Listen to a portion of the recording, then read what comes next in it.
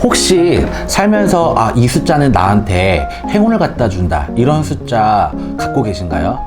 여러분들이 생각하는 행운의 숫자가 어떤 숫자가 될지는 모르겠지만 오늘 주제는 바로 인생 역전을 할 수 있는 12라는 숫자가 가진 힘입니다. 안녕하세요. 서울 마포에 있는 깨비도령입니다. 여러분들 혹시 나한테 있는 행운의 숫자라든지 불운의 숫자라든지 이런 거 아직 갖고 계신가요? 뭐 인생 3세판이다 이렇게 해가지고 3자를 좋아하시는 분들, 나는 1등이 될 거야, 무조건 첫째가 좋아, 그래서 숫자 1을 좋아하시는 분들, 뭐 럭키의 상징이다 그래서 7을 좋아하시는 분들, 또 뭐 중국에서 온 유래죠. 그래서 8을 좋아하시는 분들도 많고요. 저는 오늘 주제로 인해서 여러분들이 많은 생각을 하시게 될 것 같은데 12라는 숫자가 가진 인생에 대해서 굉장히 큰 역할을 하고 있습니다. 여러분들이 12라는 숫자를 보면 나는 그 12라는 숫자가 내 인생에 큰 영향을 미친다라고 생각하지 않았는데 이렇게 생각하실 것 같은데 10이라는 숫자는 여러분의 인생에 굉장히 큰 영향을 미치고 있어요. 시계를 지금 보시면 숫자가 어디까지 가죠? 12까지 가 있죠.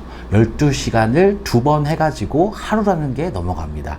여기서도 10이라는 법칙이 또 통용이 되고 있고, 여러분들이 제가 항상 띠별 운세를 하기 때문에 잘 아시긴 할 것 같은데 쥐띠부터 우리 돼지띠까지 12간지라고 하죠. 12띠들이 있잖아요. 이걸 또 다 나누다 보면 60갑자가 돼요. 우리 12띠들이 5번이 돌아가면 60년이 돌아가고 그 다음 해에 환갑을 맞이하게 됩니다.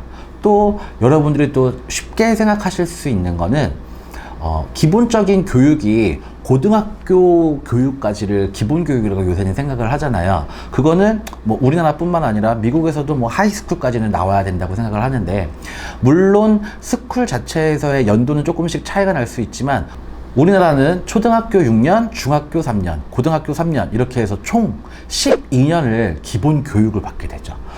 여러분들이 알게 모르게 내가 12라는 숫자와 내 인생이 많이 연관이 돼 있구나 이런 생각을 하시게 될 것 같은데요. 오늘은 내 인생을 바꾸는 12분의 12가지 법칙이에요. 여러분들이 요새 사시다 보시면 핸드폰이 가장 친한 친구이고 핸드폰하고 너무너무 많은 시간을 보내기 때문에 사람이 직접 생각하면서 뭔가 기억해내기에 굉장히 많은 시간이 걸린다고 하더라고요. 뭐 예를 들면 가장 친한 친구의, 가장 친한 지인의 전화번호를 기억했었는데 옛날에는, 요새 젊은 애들도, 젊은 친구들도 핸드폰 번호를 기억하는 사람이 한 명도 없다고 하더라고요.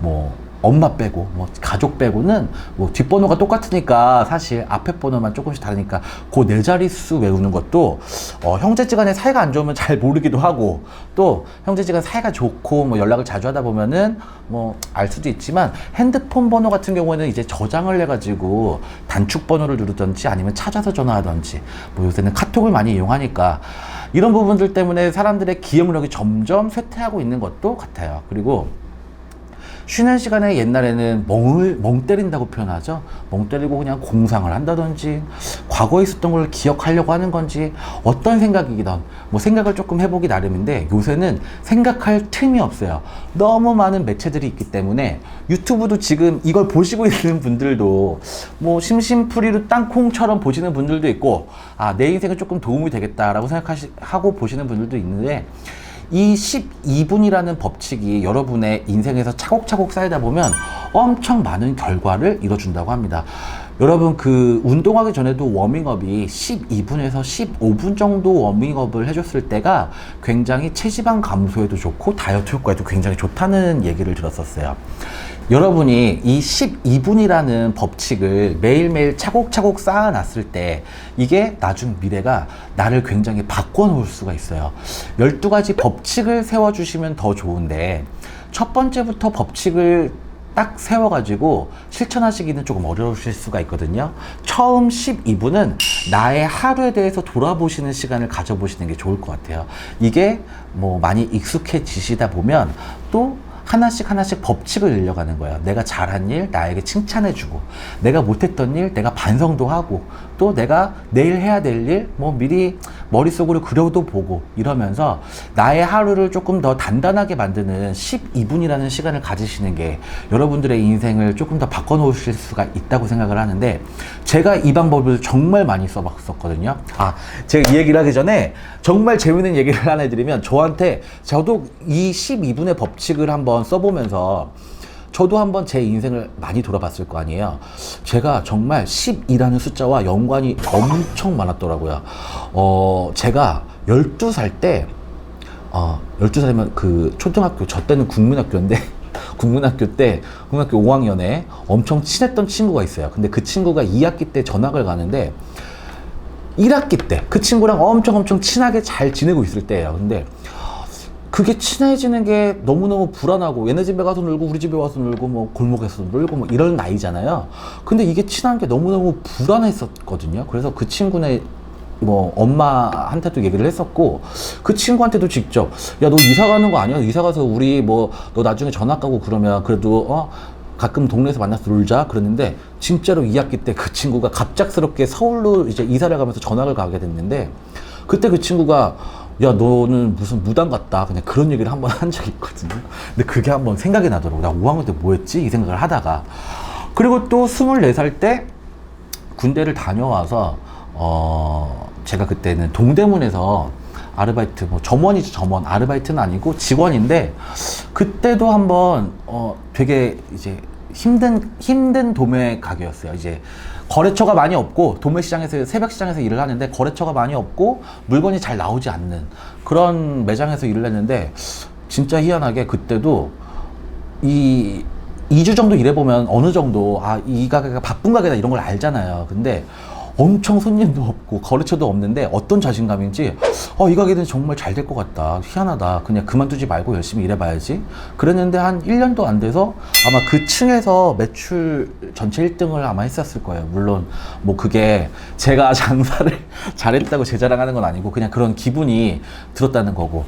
또 36살 때를 생각해보면, 제가 그때는 미국에서 바로 한국 오기 딱 전 해거든요. 제가 37살 때 해 왔는데, 36살 때 신병이 와가지고 그 1년을 통째로 벌어놓은 돈을 다 까먹으면서 텍사스에 있는 어느 작은 도시에서 그냥 살았었습니다.